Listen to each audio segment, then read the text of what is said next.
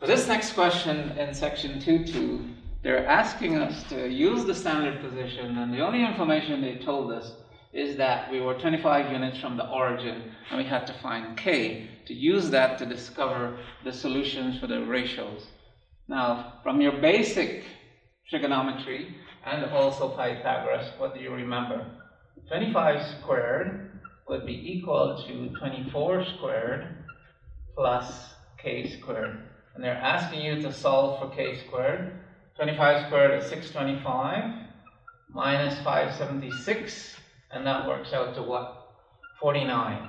So therefore, k is equal to the square root of 49, which is equal to 7.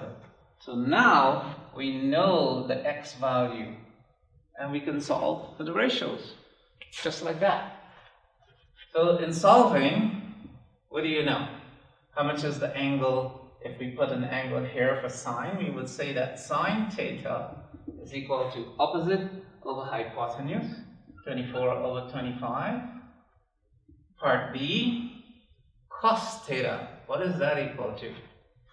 Adjacent over hypotenuse, so 7 over 25. And last but not least, let's call that C. Tan theta is opposite over adjacent, and that will be 24 over 7.